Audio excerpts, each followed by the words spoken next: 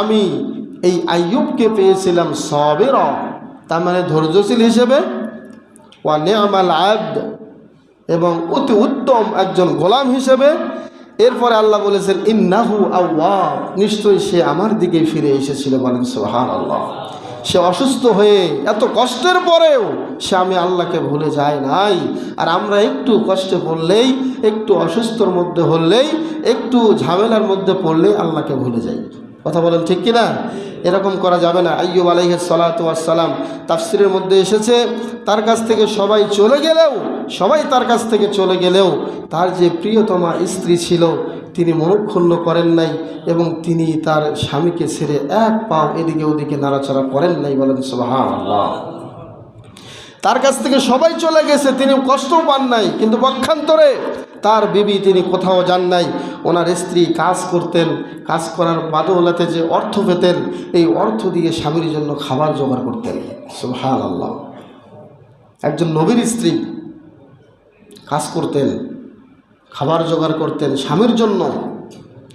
এই 13টি বছর স্বামীকে যেভাবে তিনি আগলে রেখেছিলেন, এই 13টি বছর স্বামীর জন্য নিজের এই পচা শরীরটা, স্বামীর পচা শরীর থাকা অবস্থায়ও স্বামীর কাছ থেকে এক চুল পরিমাণ দূরে সরে যান নাই।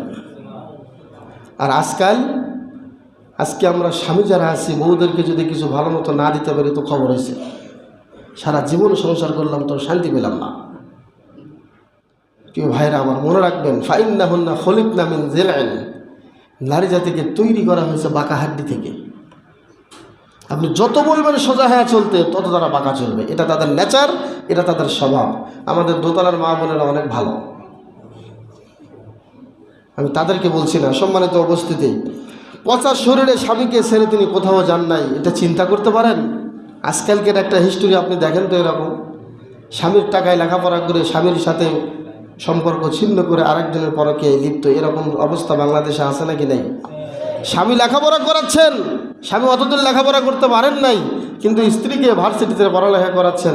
এক পর্যায়ে স্বামীর কপালে লাথি দিয়ে, স্বামীর পেটে লাথি দিয়ে আর এক ছেলের প্রেমে ভক্ত। নাউজুবিল্লাহ। সম্মানিত উপস্থিতি, তিনি সমাজে রহিমা নামে প্রসিদ্ধ, যদিও এই ঘটনাটি একদম বানোয়াট একটা ঘটনা।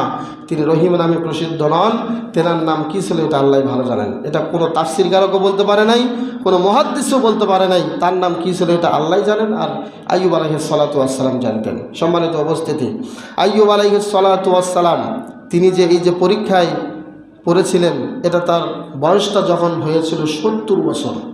70 বছর যখন তিনি পা রাখেন, ওই 70